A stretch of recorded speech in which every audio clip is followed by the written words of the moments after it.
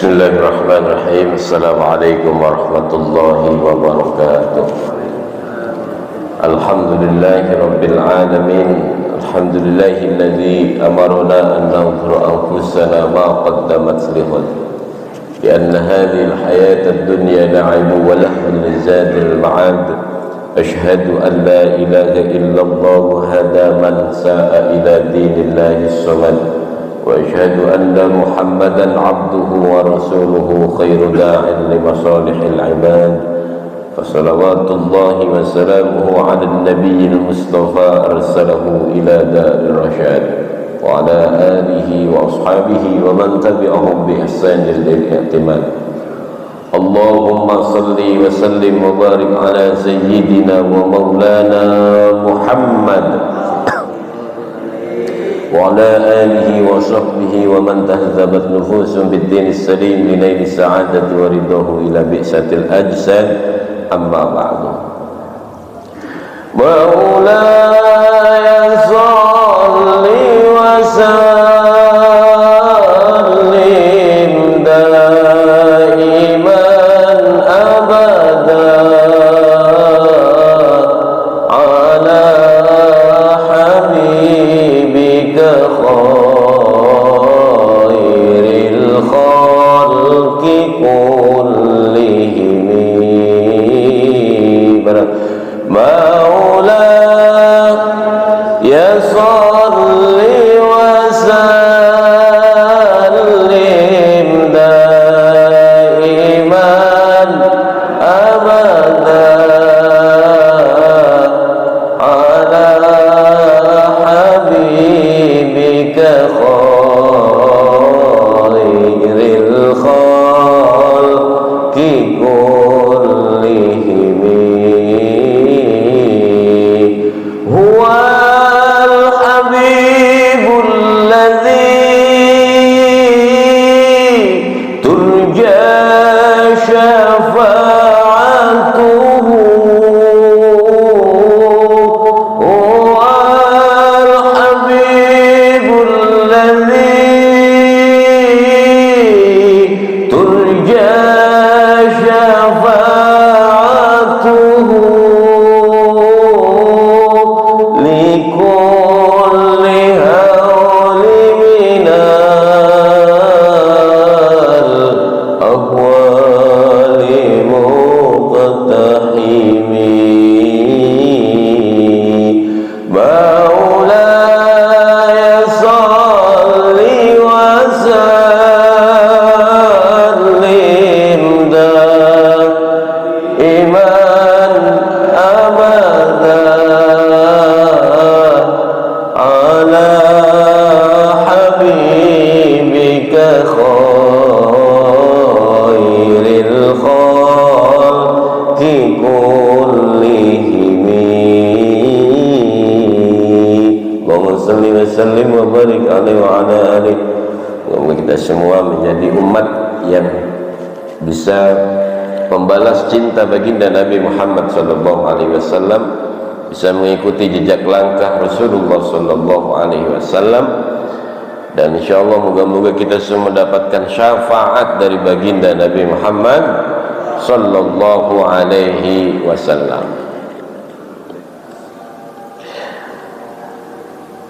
Tadi imam membaca ayat Qul in kuntum tuhibbunallah fattabi'uni yuhibbukumullah wa yaghfir lakum dzunubakum. Qul, katakanlah, in kuntum tuhibbunallah, jika kalian cinta kepada Allah, fattabi'uni, maka ikutilah aku. Allah memerintahkan Rasulullah untuk mengatakan kepada umatnya, jika umatnya mencintai Allah, maka umatnya harus mengikuti Rasulullah. Fattabi'uni, kata Rasulullah, yuhibbukumullah, Allah akan mencintai kalian. bukan hanya sekedar mencintai, wa yaghfir lakum dzunubakum, Allah akan mengampuni dosa-dosa kalian, kata Nabi. Jadi yang katanya kita cinta kepada Allah, syaratnya adalah ittiba'ur rasul, ngikutin Rasul, ngikutin kanjeng Nabi Muhammad sallallahu alaihi wasallam.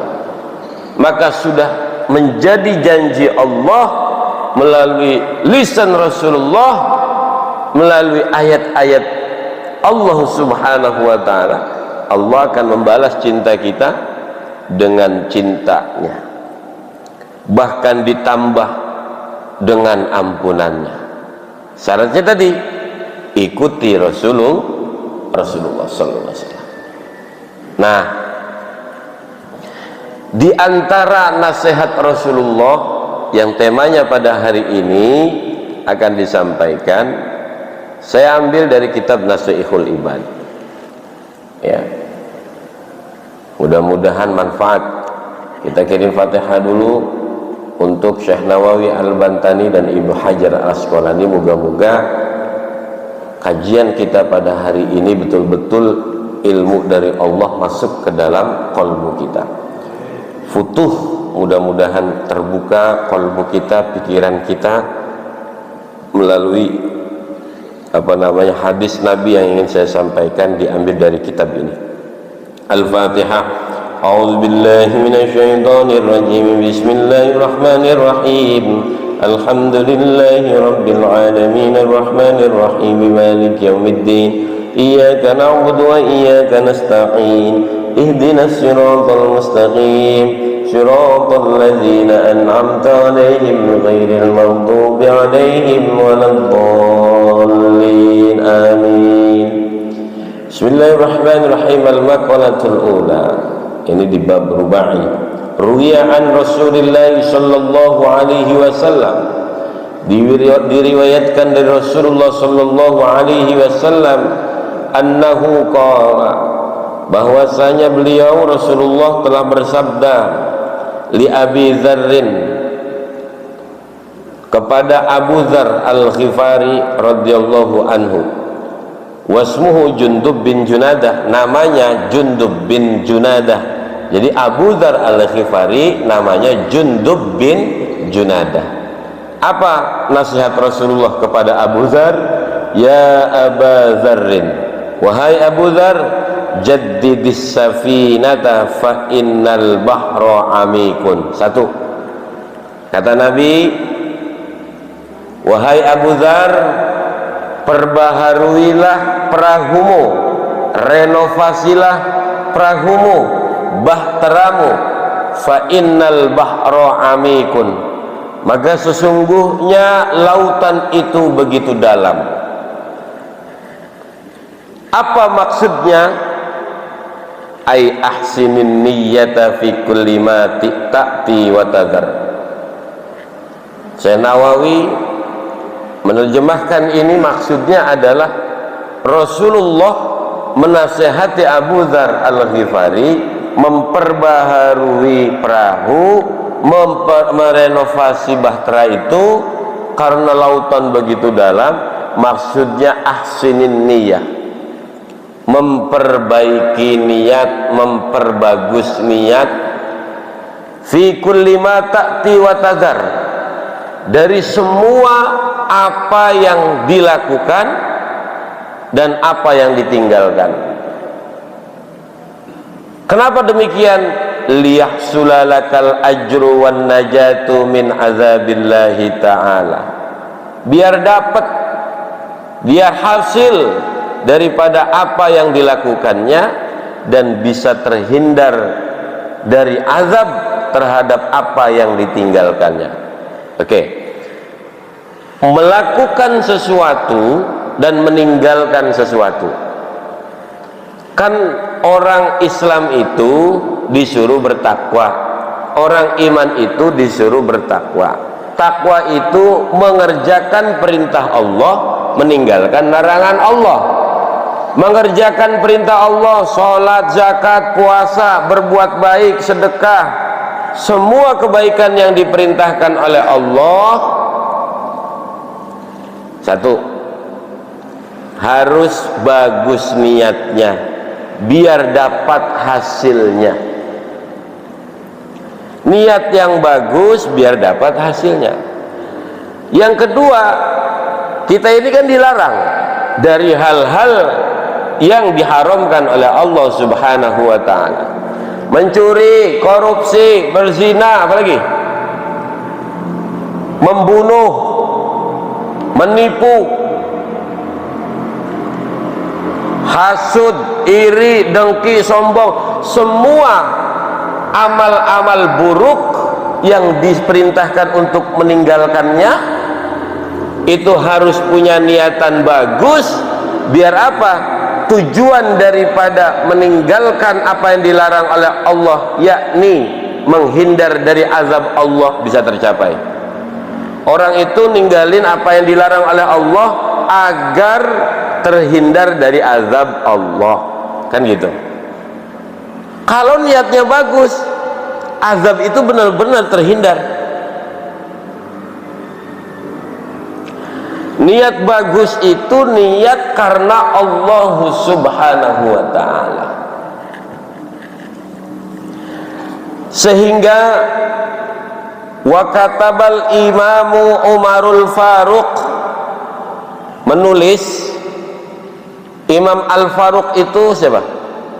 Umar bin Khattab. Umar Al-Faruq menulis surat ila Abi Musa Al-Ash'ari kepada kepada Abi Musa Al-Ash'ari radhiyallahu anhuma. Apa katanya? Tulisannya Sayyidina Umar ini, man khalasat niyatuhu kafahullahu ta'ala ma bainahu wa bainan nas. Siapa orangnya yang tulus, ya, khalasat, tulus, niyatuhu dengan niatnya, kafahullahu ta'ala, Allah ta'ala akan mencukupinya, ma bainahu wa bainan nas, apa yang menjadi kebutuhannya antara dirinya dengan manusia, apa yang menjadi kebutuhan bagi dirinya kepada Allah Subhanahu wa ta'ala. Jadi kalau orang sudah tulus berbuat baik,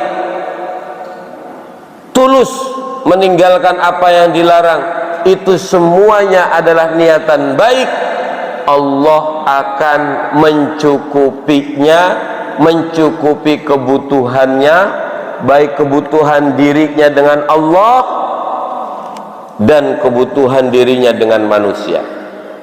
Kita ini kan banyak kebutuhan, kepada Allah banyak, kepada manusia banyak, sesama manusia gitu, saling memerlukan.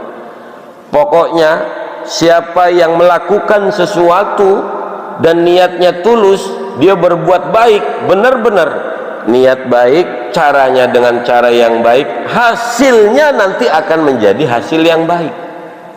Berapa banyak orang yang melakukan sesuatu amalan dunia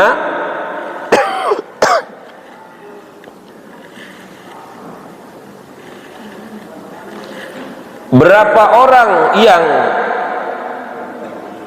melakukan seperti amalan dunia, tapi niatannya baik, niatannya bagus, dinilai oleh Allah sebagai amalan akhirat. Dan berapa banyak orang yang punya punya amalan-amalan akhirat, tapi niatnya jelek, niatnya buruk, dicatat oleh Allah amal itu sebagai amalan dunia. Jadi inilah kenapa menjadi penting Rasulullah nasihatin Abu Dzar Al-Ghifari, jaddidis safinah, perbaharuilah perahumu, fa innal bahra amikum, maka sesungguhnya lautan itu sangat dalam. Dunia ini luar biasa. Ini menggambarkan hidup dunia ini kayak lautan yang wah, udah luar biasa. Orang modelnya beda-beda, ya kan? Modelnya dari suku ini begini, suku itu begitu, macam-macam. Udah gitu hiruk pikuk apa namanya,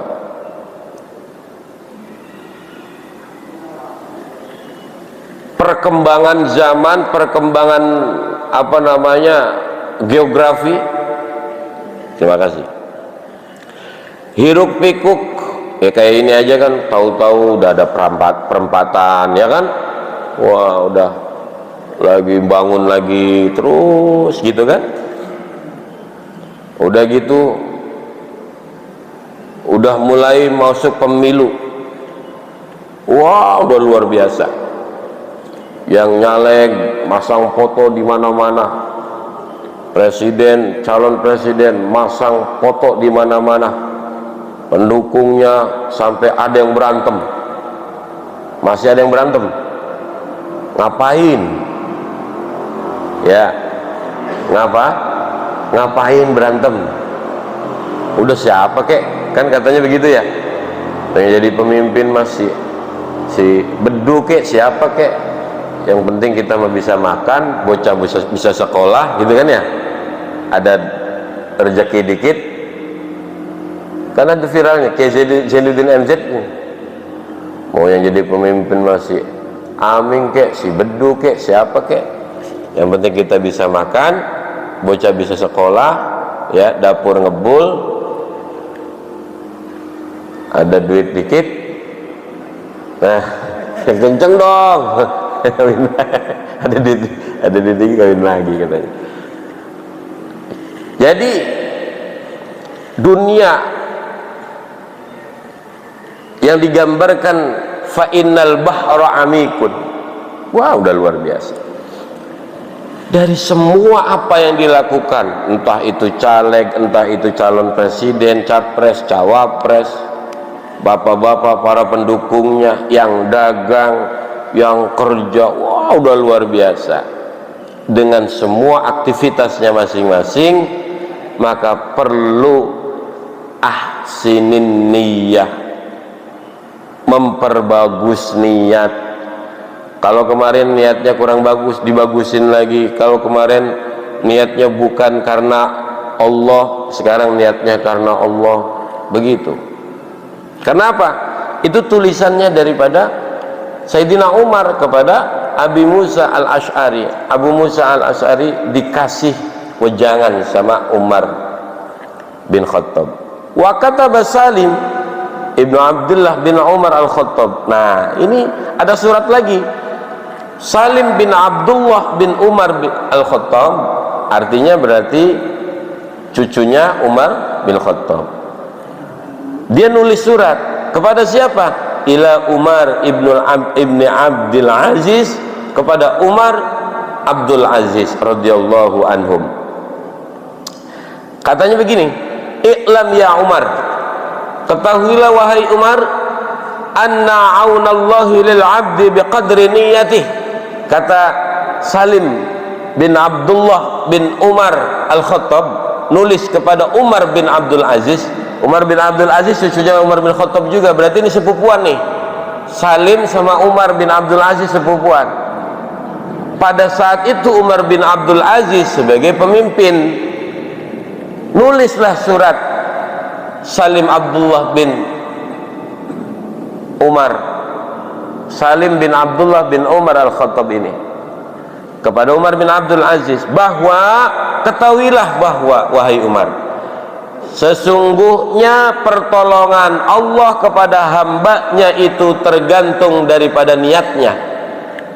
Pertolongan Allah, awas catat, pertolongan Allah kepada hambanya tergantung daripada niatnya.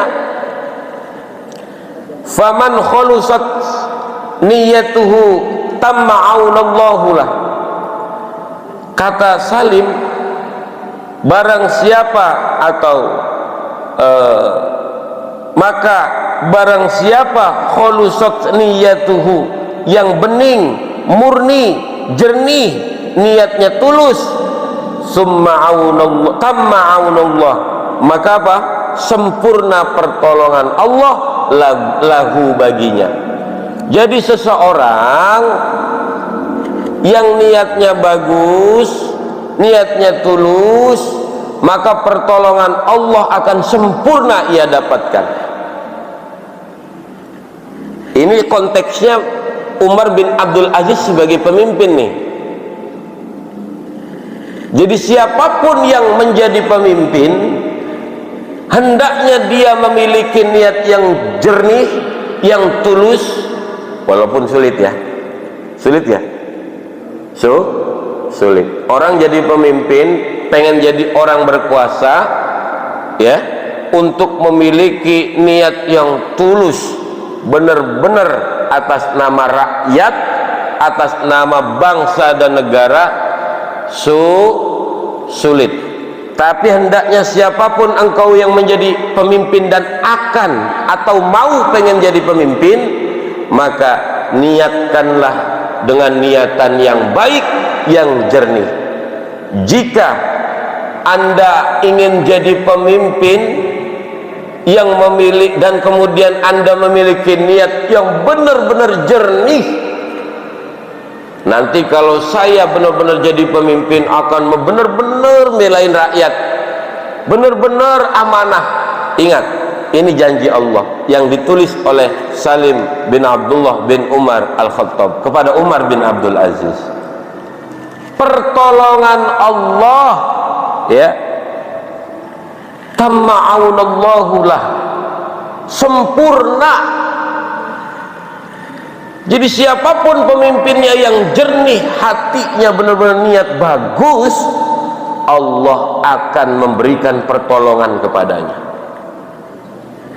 ditolong oleh Allah. Siapapun pemimpin yang niatnya benar-benar untuk kesejahteraan rakyat, maka pertolongan Allah untuk mengemban amanah itu akan terus diberikan oleh Allah kepada dirinya. Wa man naqasat niyyatuhu naqasa anhu aunullahi biqadri dzalik. Kalau dia berkurang niatnya, niat bagusnya berkurang, dia memimpin bukan hanya ingin berkuasa, tapi untuk mengambil yang bukan haknya, untuk memperkaya diri, untuk mengambil dari apa yang dimiliki oleh negara, bukan benar-benar untuk rakyatnya, maka berkurang pula daripada pertolongan Allah. Walaupun semua yang ditolong oleh Allah itu terserah Allah, tapi ini daripada nasihat Salim bin Abdullah bin Umar Al-Khattab kepada Umar bin Abdul Aziz. Kalau kita kepengen ditolong oleh Allah, dah kita nggak usah mikirin negara deh, bicara masalah keluarga saja. Kalau kita, ya, memimpin keluarga benar-benar karena niatan baik, orang menikah niatnya baik, maka pertolongan Allah itu akan sempurna datangnya. Maka siapapun yang sekarang masih jomblo fisabilillah, ya, yang belum punya bini, yang belum punya suami, halo, kalau kita mau nikah, niatnya niat baik, Allah akan tolong kita. Tenang aja, jangan takut nggak bisa makan, yang ngasih makan itu Allah. Yakin saja, tugas kita hanya memantaskan diri. Memantaskan diri dengan apa? Ya kerja mah biasa aja, nggak usah ngoyo-ngoyo. Rezekinya Allah kasih, tenang. Tambah lagi tuh anggota keluarga habis nikah, apa? Anak lahir, tenang, dikasih rezeki. Semua anggota keluarga sudah dijamin rezekinya oleh Allah. Ada yang punya anak tuh barusan beberapa minggu yang lalu, 2 minggu, Pak Nur Saidin punya anak lagi tuh. Allah jamin itu rezekinya nambah lagi. Jangan khawatir. Anggota keluarga 1, ya jatahnya 1. Anggota keluarga 2, ya jatahnya 2. 3 terus nambah. Jatah dia. Paling tidak jangan khawatir soal makan dan soal pendidikan. Cuman orang karena ragu kepada Allah, makannya gimana nanti, ngurusinnya gimana nanti, kesehatannya gimana nanti. Yang penting kita pantasin diri. Yang ojek, yang dagang ya dagang, yang jadi pengusaha ya pengusaha. Cari yang halal, yang penting halal dulu. Kalau udah halal, insya Allah anak-anak pada nurut, diaturnya gampang. Begitu. Walaupun anaknya banyak, rezekinya halal yang dimasukkan ke dalam perutnya, diaturnya gampang tuh anak-anaknya. Bagaimana orang tua kita dulu? Ya, orang tua kita dulu ada yang 10, ada yang 15, ada yang 13, gampang aturnya. Padahal pekerjaannya nggak begitu mentereng, tapi dia bisa makan, bisa sekolah. Kenapa? Anak-anaknya nurut, nggak ngerepotin.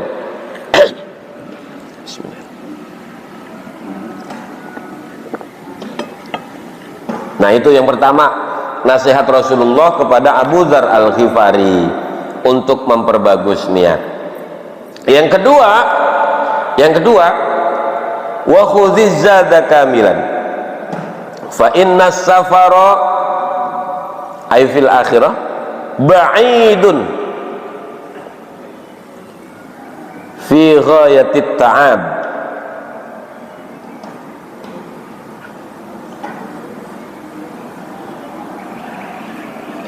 Wa khudziz zada, dan ambillah bekal,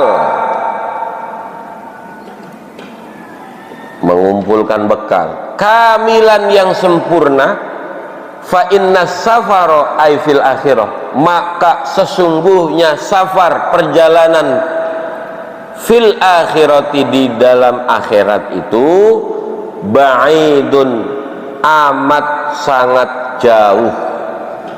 Perjalanan menuju akhirat begitu jauh.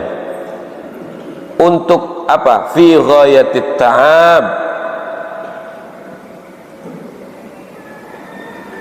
dalam apa namanya, penghabisan.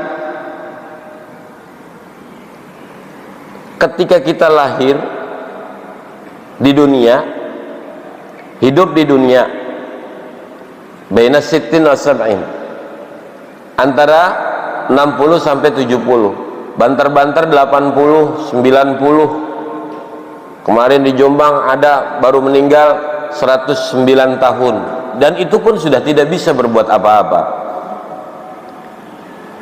Usia produktif kita dari 0 tahun sampai 50 tahun, ya kan? Ada yang 60 tahun. Ya. Syarat menjadi presiden berapa tahun maksimal? Hah? 100? Minimal 40. Maksimal? Pak Prabowo berapa? 73 tuh. Berarti 80 kali 100, bener ya?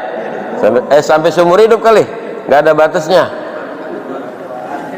Iya, udah sepuh itu. Produktif loh. Produktif, masih produktif? Saya nggak mau ngomongin produktif. Pokoknya intinya gini, kalau dia masih berpikir, nggak usah ngomongin Prabowo deh. Ini bapak-bapak nih, pensiun berapa? Hah? 60. Kalau guru berapa guru? 60. Kalau bukan guru 56. Kenapa begitu? Karena usia segitu nggak produktif lagi. Harusnya diterapkan juga tuh peraturannya. Wong ngajar aja udah nggak boleh, ya kan? umur segitu ngajar dipensiunkan kan 60 tahun, ya enggak?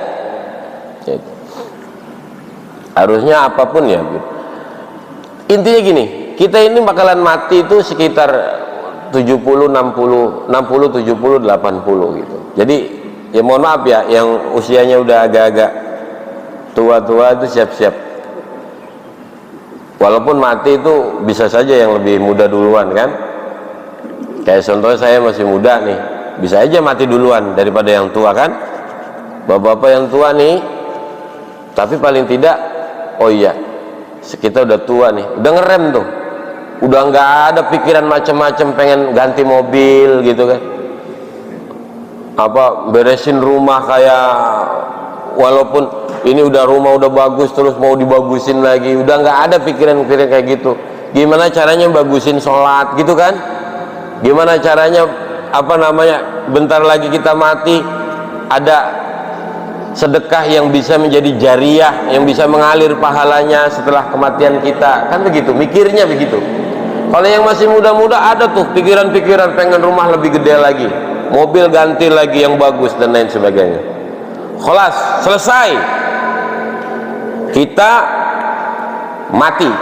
Setelah mati masuk ke alam barzakh, alam penantian.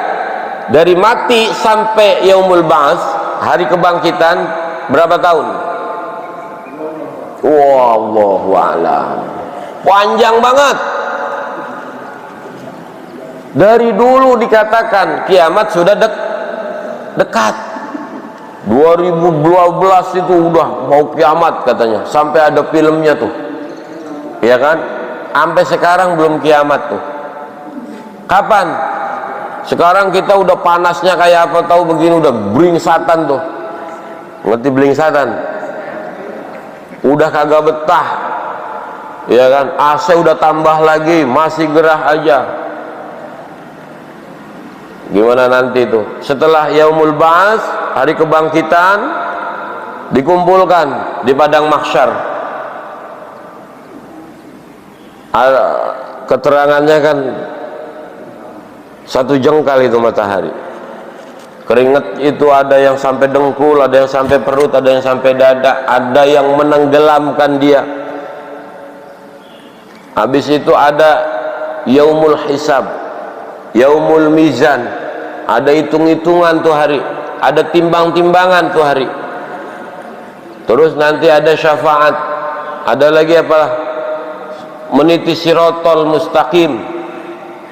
Baru kemudian yaumul jaza, hari pembalasan. Masya Allah, dari alam barzakh lama dikumpulin di padang mahsyar. Kemudian wah, udah prosesnya lama. Makanya wa khudhiz zada kamilan, ambil bekal yang sempurna, kata Nabi kepada Abu Dzar. Ai bimakna nasihat kepada kita, ambil bekal yang banyak. Banyak-banyak bekal, karena perjalanan kita nanti setelah kematian itu jauh, lama. Wong kita mau ke Anyer, bu, ibu-ibu mau ke Anyer, petek dibawa, ya kan, ikan asin dibawa, ayam dibawa, yang udah dimasak, ayam bukan ayam hidup kan. Kita nih Masya Allah mau jalan-jalan 1 hari aja bekalnya apa aja dibawa. Perjalanan menuju Jawa kita ziarah umpamanya, ziarah Wali Songo, bekalnya yang banyak, padahal seminggu. Perjalanan umrah udah apa aja dipersiapkan tuh, ya duit, ya pakaian, macam-macam. Ini perjalanan nggak balik lagi nih Pak. Jadi fa inna safara ba'id, jauh, ini kagak balik lagi. Dan bekalnya dikumpulin di mana? Ngumpulin bekal di mana? Di dunia saat ini. Jangan sampai kita kagak cukup punya bekal dalam perjalanan jauh itu. Sisa waktu kita berapa tahun? Gak tahu kan? Maka kemudian karena ketidaktahuan sisa waktu yang Allah berikan kepada kita, wa'mal li akhiratika ka'annaka tamutu ghadan. Beramallah untuk akhiratmu seolah-olah besok kamu bakal mati. Kalau kita tahu besok bakalan mati nih, kira-kira nih hari ini besok Minggu atau Ahad kita bakalan mati jam segini, apa yang kita lakukan mulai detik ini? Nih diinfo umpamanya nih ya, saudara fulan nanti hari Ahad jam 6 pagi akan dijemput oleh malaikatul maut.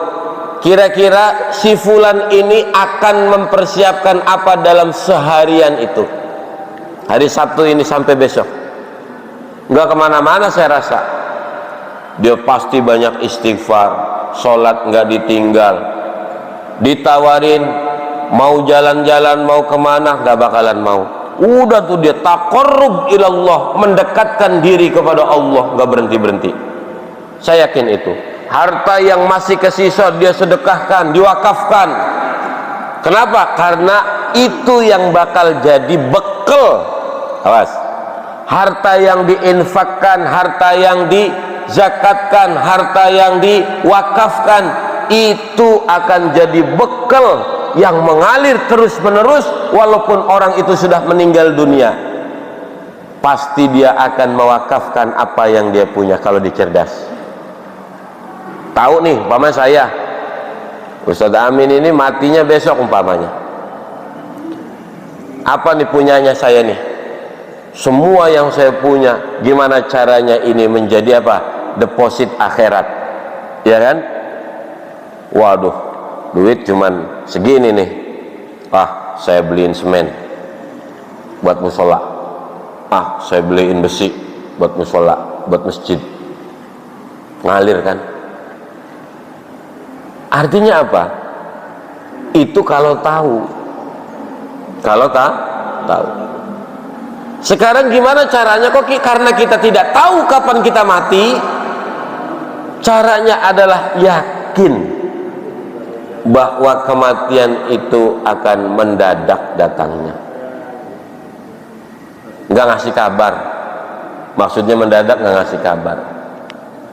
Semua itu orang kan, kadang-kadang kita ngomong kok gini, ya Allah, baru semalam kongko sama kita, pagi udah meninggal, begitu kan ya? Ya Allah, semalam ngojekin saya, sekarang meninggal. Nggak usah bingung Pak, semalam sama paginya itu nggak usah bingung. Kadang-kadang ada yang masih kongko sama kita, kadang-kadang lagi naik motor sama kita, naik mobil sama kita, diambil sama malaikatul maut. Emang waktunya, idza jaa ajaluhum la yastakhiruna sa'atan wa la yastaqdimun. Kalau udah ajalnya, berangkat kita, nggak usah bingung. Yang bingung itu meninggal malam, paginya ngojek, itu bingung. Kalau malamnya ngojek, paginya meninggal, nggak usah bingung. Ya bingung itu malam meninggal, pagi ngojek, ya gak? Si Anu meninggal tuh katanya, gitu kan? Pagi-pagi dia lagi ngojek, baik. Ya Allah, itu baru bingung. Nah itu yang kedua, nasihat nasihat Rasulullah kepada Abu Dzar al-Ghifari. Yang ketiga, wa khaffifal himla fa innal aqabata kaudun. Wa khaffifil himla, dan ringankanlah barang bawaanmu. Fa innal aqabata kaudun, karena sesungguhnya apa itu? Tanjakannya adalah sulit, terjal, tanjakannya terjal. Orang itu kalau berkendara, kalau zaman dulu kendaraannya apa? Onta, keledai, kuda, sapi, kebo. Ingat nggak waktu di kampung dulu ada orang bawa kapur pakai sapi, gerobak sapi gitu ya, keliling kan, delman apa, ringankan bebanmu kata Rasulullah, karena perjalanan tanjakannya begitu terjal, takutnya nyungsep. Apa maksudnya diringankan beban itu? Khaffifil himla, barang bawaan yang menjadi beban yang suruh diringankan tuh. Ya kan, semakin berat semakin susah jalan kan. Orang hiking, orang mendaki, semakin berat yang di punggungnya akan sulit nanjaknya, betul gak? Tapi semakin ringan yang dibawa semakin mudah dia nanjak. Maka kata Nabi kepada Abu Dzar, ringankan. Apa ini maksudnya yang diringan? Apa-apa yang bersifat duniawi yang tidak manfaat untuk ukhrawi, kurang-kurangin. Bakalan berat menjadi pertanyaan di hadapan Allah Subhanahu wa ta'ala. Semakin banyak barang yang tidak manfaat yang kita miliki hari ini, itu bakalan menjadi beban dalam perjalanan kita di akhirat nanti. Makan yang cukup, pakaian yang cukup, kendaraan yang cukup, tidak usah berlebihan. Innallaha la yuhibbul musrifin, sesungguhnya Allah itu tidak suka orang-orang yang berlebihan. Maka cek lagi kepada kita, adakah hal-hal yang tidak manfaat buat hidup kita di dunia dan di akhirat? Atau jangan buat senang-senang saja, itu semua bakalan dihisab di hadapan Allah Subhanahu wa ta'ala. Daripada nanti bakalan menjadi beban dalam perjalanan, masih mending disedekahkan, itu bakalan menjadi penolong nanti kehidupan di akhirat. Dan orang itu berat melakukan itu. Kenapa? Karena imannya belum kuat, bahwa nanti akan, kan itu kan problemnya adalah masalah keimanan saja sebenarnya, bahwa nanti di akhirat kita itu bakalan dibangkitkan. Setelah dibangkitkan ada hisab, yaumul hisab itu ada hari dimana kita semua dihitung amalnya, dihitung dosanya, dihitung maksiatnya, dihitung bendanya, dihitung kekayaannya, dari mana kau dapatkan, dengan cara apa kau dapatkan, untuk apa yang kau dapatkan, itu semua bakalan dihitung. Ini yang kemudian Rasulullah khawatir kepada Abu Dzar Al-Ghifari, begitu juga khawatir kepada umatnya, saking sayangnya beliau baginda Rasul kepada umatnya. Ayo, apa-apa yang akan menjadi bebanmu nanti di akhirat, lepasin aja udah. Cuman karena hubbud dunya seseorang, kecintaan seseorang kepada dunia ini yang kemudian menjadi berat untuk melepaskannya. Senang pak, kita sama dunia sama banda tuh senang, betul gak? Ibu-ibu mohon maaf, sama pakaian senang. Bukan hanya ibu-ibu, bapak-bapak juga begitu. Coba di rumah dicek, baju kita ada berapa? Mana baju yang tidak pernah dipakai? Ngapain ditaruh di lemari terus? Sedekahkan. Oh, kita ini kadang-kadang pakai baju ya itu lagi. Kenapa? Karena memang nyamannya pakai itu. Apa yang menjadi beban, hilangkan, kurangin. Itu lemari yang banyak kudungannya, merah ada, hijau ada, kuning ada, pelangi ada, polkadot ada. Itu kudungan kurang-kurangin, yang tidak pernah dipakai sedekahkan. Baju gamis yang udah nggak muat. Dulu mah waktu gadis muat, sekarang mah udah emak-emak, udah bentuknya udah kayak apa tahu, maksudnya udah gedean dikit gitu kan, udah kagak muat. Kasihin tuh, sedekahin. Sendal, sepatu banyak banget. Apa yang nggak manfaat udah buang-buang. Bukan buang, sedekahkan menjadi amal. Nih kayak model kayak gini, berapa banyak orang nyimpen kayak gini nggak pernah dipakai, betul gak tuh? Malah jadi pajangan pisan di lemari, pajang apa namanya, cangkir-cangkir, kagak dipakai. Emang kagak dihisab itu? Wih, dihisab. Piring piring yang bagus-bagus yang nggak pernah dipakai buat apa? Dihisab. Itu kan paling buat cerita-cerita doang sama tetangga. Alhamdulillah saya piring mah banyak. Lah ngapain kagak dipakai? Ya kan? Alhamdulillah punya cangkir ini kemarin beli di pasar modern harganya sekian. Buat apa? Halo? Bener nggak sih ini? Oi, bener nggak ini? Iya, apa yang menjadikan beban buat kita ngapain dipertahankan? Mobil di rumah ada 4 umpamanya, yang dipakai mah Avanza doang itu. Kenapa? Karena ngirit umpamanya. Yang 3 nggak pernah dipakai, dipinjemin cemberut, tetangga minjem nih, padahal buat lahiran udah manyun aja, itu pinjem, itu bakalan dihisab bro. Kita punya mobil 4 yang dipakai 1, 4-nya dihisab itu. Motor banyak, rumah banyak. Kalau rumah banyak bisa disewain dah, duitnya bisa kita sedekahin. Kontrakan, apa-apa, halalan thayyiban. Boleh kita jadi orang kaya. Tapi ingat, bagaimana caranya kekayaan itu bisa manfaat buat kehidupan kita dan keluarga kita di dunia, dan kehidupan kita serta keluarga kita nanti di akhirat. Itu yang paling penting. Yang keempat,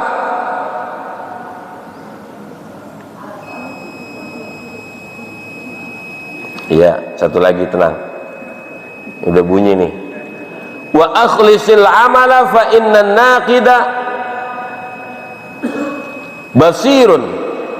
Ikhlaslah di dalam beramal, fa innan naqida, karena yang mengawasinya basirun, maha teliti. Kata Nabi kepada Abu Dzar Al-Ghifari, ikhlaslah dalam beramal. Ikhlas itu gini, ikhlas itu ketika kita melakukan sesuatu atau memberi sesuatu, ya, biasanya karena apa? Biasanya karena Allah. Memberi karena Allah, sholat karena Allah, ngaji karena Allah. Itu ikhlas, melakukan, memberi.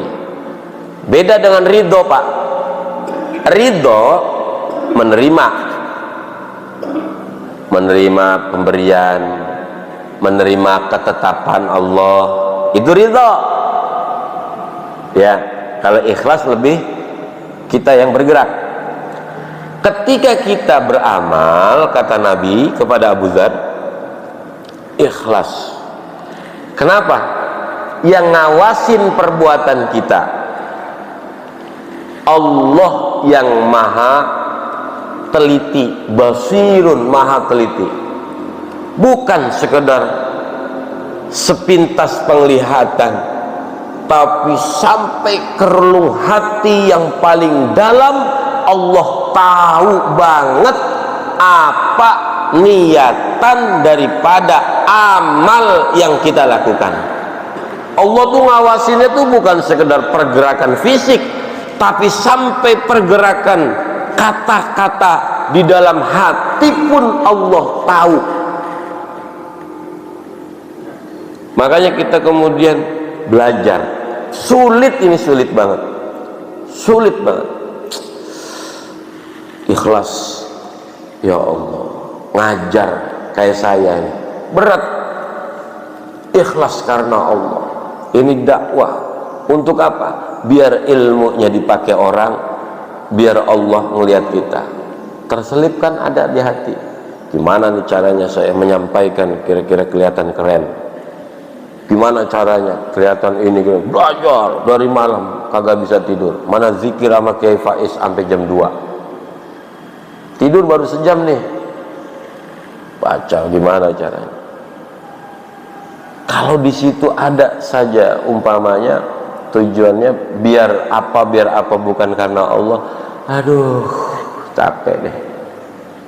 Bapak juga sama begitu, ya, rajin bekerja untuk istri dan anak-anak, biar dikata rajin, ya kan, biar dikata apa sama istrinya.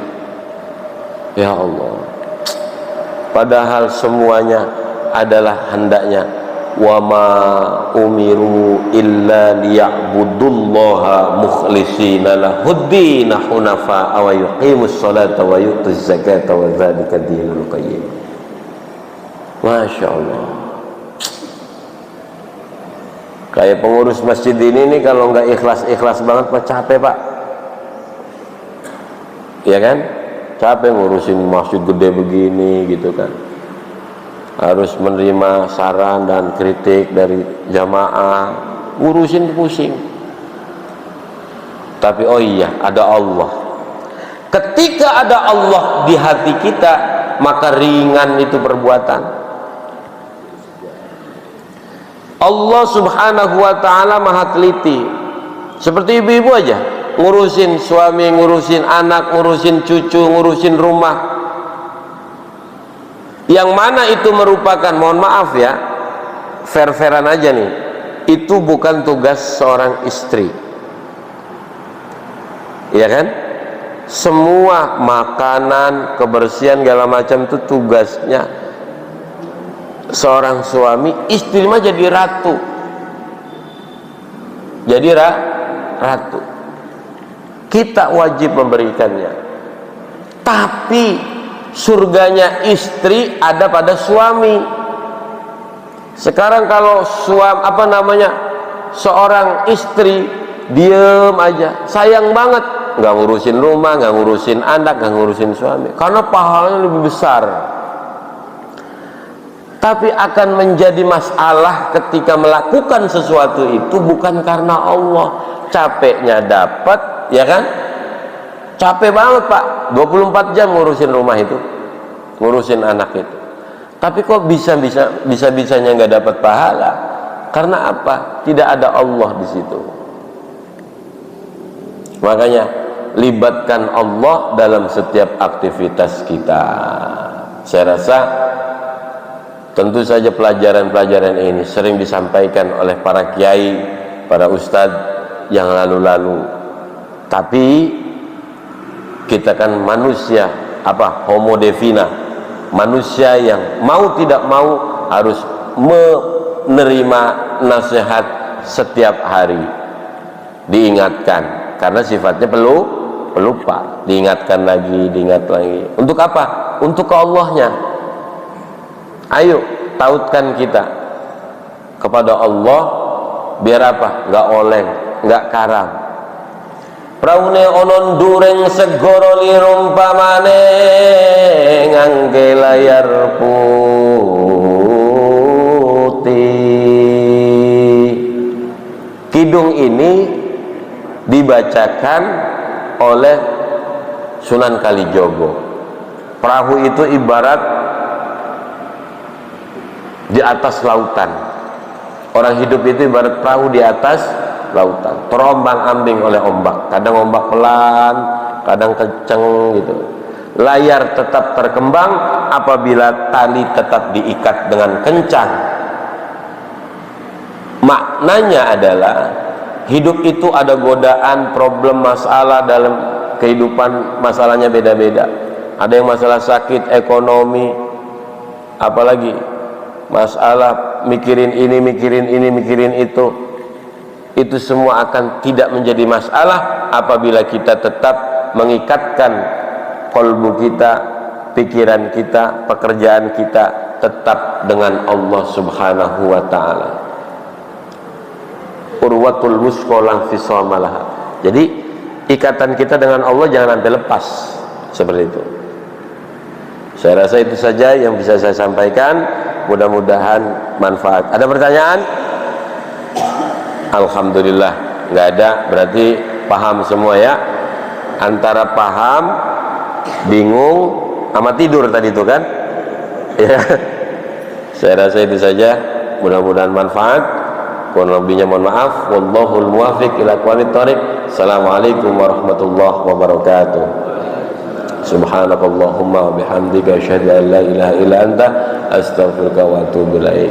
Allahumma salli wa sallim wa barik ala sayyidina habibina syafiina wa karimina dakhrina maulana Muhammad sallallahu radhiyallahu tabarakallahu ta'ala kulli sadatina ashabi rasulillahi ajma'in. A'udzubillahi minasyaitonir rajim. Bismillahirrahmanirrahim. Alhamdulillahirabbil alamin. Allahumma salli ala sayyidina Muhammad wa ala ali sayyidina Muhammad. Allahumma nawwir qulubana bi nuri sayyidina Muhammad sallallahu alaihi wasallam. Allahumma nawwir qulubana bi nuri hidayatika kama nawwartal arda bi nuri samsika abadan abada. Rabbana atina fid dunya hasanah wa fil akhirati hasanah wa qina adzabannar. Walhamdulillahirabbil alamin. Kabul.